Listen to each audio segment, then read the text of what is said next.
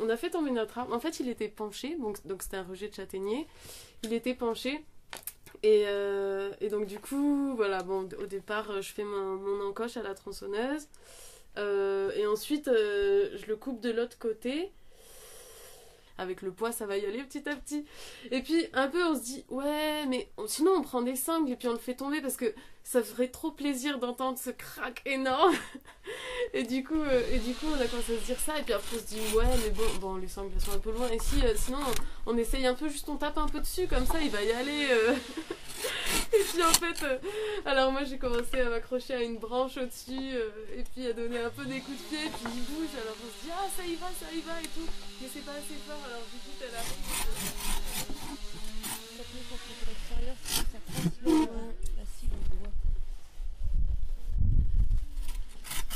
Ça, c'était il y a quelques jours, une coupe de bois en non-mixité dans une ferme collective ardéchoise. On était 16, des meufs, des femmes, à brandir la tronçonneuse, le merlin, la scie. On était 16 et en cheval pour débarder. Une semaine sous un ciel nuageux, crapahutant dans les bois, sur un tapis de yoga, autour d'un thé à discuter ou à écouter d'autres mots portés par d'autres femmes dans de grandes lectures collectives. Je veux être absolument du côté droit. Ok, et ben... Et si on est au milieu? Si on le coupe au milieu? Ouais, regarde. C'était pendant mon tour des collectifs, entre une recyclerie et un squat à la frontière. J'y suis venue sans savoir quelle y serait ma place, avec une cheville mal réparée et des souvenirs peu reluisants de non-mixité. Je voulais parler de cette expérience, de ce qu'elle m'a apporté et de ce qu'elle a questionné. Si vous cherchez un argumentaire en 3 parties sur la non-mixité choisie, passez votre chemin. Mais si vous avez envie de vous laisser porter par la voix, les enthousiasmes et grandes frousses de certaines de ces meufs, si vous acceptez de rebondir de sujet en sujet dans un beau mélange, belle écoute. Und wenn ihr nicht tanzen wollt, dann tanzen wir. Euch zu Ehren, euch zum Plaisir. Und wenn ihr nicht Avec Bertille, Laurane, Laure, Irène, Kenny, Amandine, Cléa, Nino, Judith, Marion, Flo, Kate, Floriane, Anne, Félicité, Vraine, je me suis rendu compte de tout ce qu'on pouvait partager, de tout ce qu'on vivait chacune dans notre coin et puis que les autres exprimaient. Mais je croyais que j'étais la seule à ressentir ça.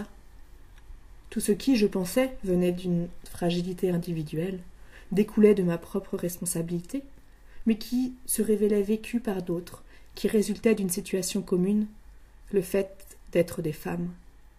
J'ai demandé à Laurane, bretonne, experte en fine analyse, ce que ça voulait dire pour elle, être une femme.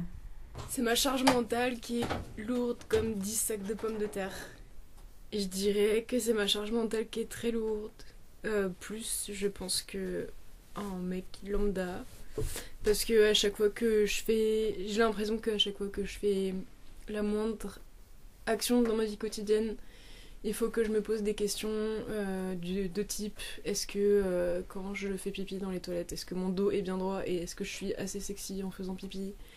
Ou je sais pas, des questions de leur, enfin sur de la légitimité à exister dans la vie, à faire tel ou tel acte ou à penser tel ou tel truc.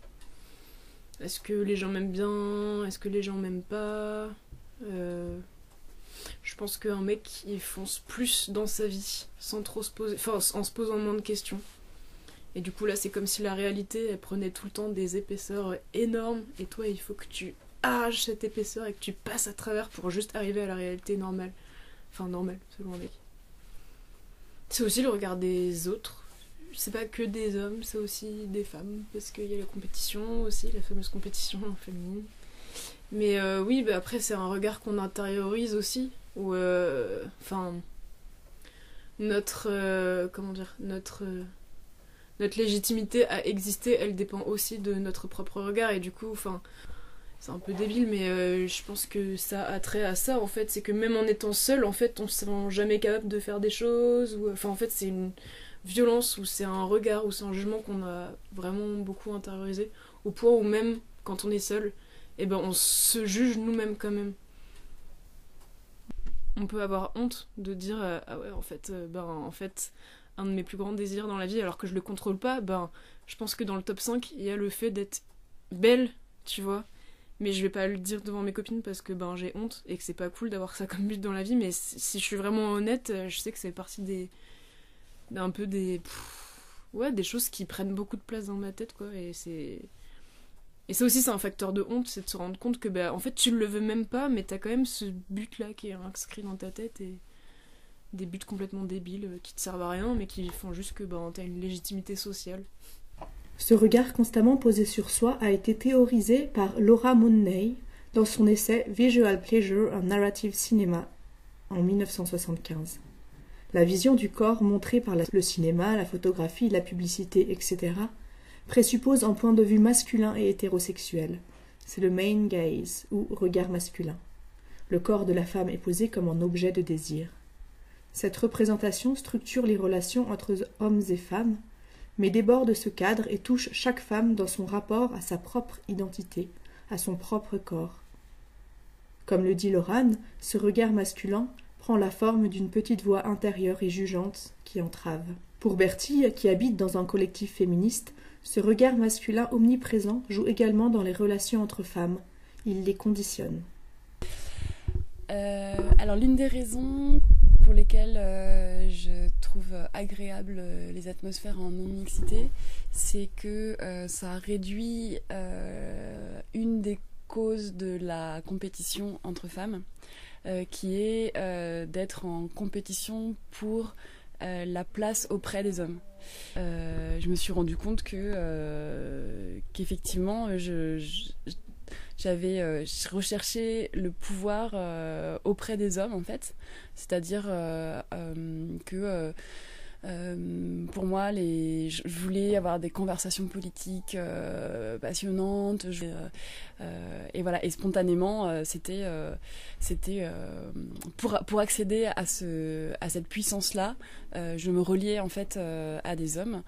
Quand en tant que femme on a l'impression de ne pas avoir accès à la puissance et qu'en fait la chose la plus facile c'est d'aller le chercher auprès des hommes, et du coup dans des atmosphères en non-mixité, je trouve que on est libéré au moins de ça, au moins du fait de vouloir prendre une place auprès d'hommes. Ça veut pas dire que ça empêche toutes les formes de concurrence et de compétition entre femmes, mais il y a au moins une des causes que je trouvais assez massive qui n'est pas présente, et c'est soulageant en fait. Et pour moi ça permet d'enclencher quelque chose qui est plus de l'ordre de la sororité entre femmes, et du coup ensuite peut-être de l'emmener un peu plus loin et d'arriver à travailler sur la diminution en soi de ces réflexes de concurrence et de compétition, notamment avec des femmes, quoi. J'étais très contente, on a chanté la chanson d'Anne Sylvestre pendant qu'on faisait une petite pause pendant le bûcheronnage. J'étais contente de la trouver dans le carnet de chant d'une copine qui était venue, et j'aime beaucoup cette chanson Frangine, parce que justement elle décrit très bien en fait à quel point on est poussé des toutes petites à cette compétition, à considérer que les autres femmes elles sont pas intéressantes en fait, quand elle dit que entre femmes on pouvait ce qui pouvait être discuté c'était que fadaise ou chiffon, enfin c'est vraiment ça je trouve qu'on apprend, quoi, et j'aime beaucoup cette chanson Frangine où elle nous invite en fait à tisser d'autres choses et à dépasser en fait justement ces apprentissages hyper misogynes qu'on intègre vraiment profondément, quoi. Qui est un peu spécifique et qui est que il faudrait être plus jolie que les autres, ou plus je ne sais quoi d'ailleurs, enfin en tout cas être plus que les autres filles, et justement pour en fait accéder à l'attention des hommes et tout ça. Et en fait même si on se débarrasse de cette notion d'attention des hommes, il reste quand même des choses, et ça c'est c'est quelque chose dont j'aimerais vraiment me débarrasser. J'ai réalisé que dans mes expériences de non-mixité, la compétition entre femmes continue à faire rage. Les copines n'avaient pas forcément réfléchi les notions de pouvoir, de domination, et nous recrions certains mécanismes sexistes de comparaison ou de jugement entre nous. Bertie l'exprime très bien. Que c'est lié à plein de choses qui s'entrecroisent. Je pense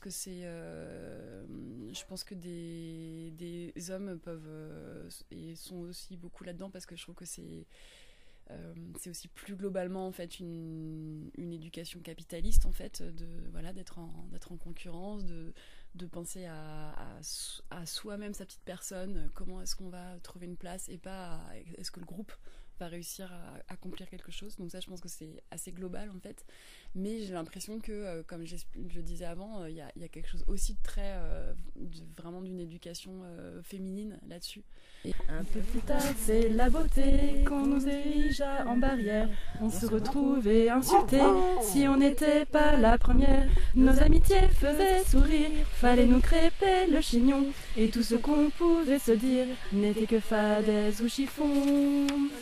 On aurait pu rester frangine, ça nous aurait gagné du temps. Main sur l'épaule, j'imagine qu'on aurait pu se regardant voir qu'on était toutes assez belles, et même celles qui n'ont pas le temps. C'est tout pareil dans nos métiers, on nous oppose et on nous monte en épingle pour mieux montrer qu'on se trouve en dehors du compte. Pour peu qu'on dépasse la tête, on est toujours une exception, chacune sur notre planète, ce qu'on a pu tourner en rond. Eh bien, c'est fini pour la première partie de cette coupe de bois non mixte. À lundi prochain. À bientôt. Si on se retrouvait frangine, on n'aurait pas perdu son temps, unissant nos voix, j'imagine qu'on en dirait 20 fois autant, et qu'on ferait changer les choses, et je suppose aussi les gens, et qu'on ferait changer les choses. Allez, on ose, il est grand temps.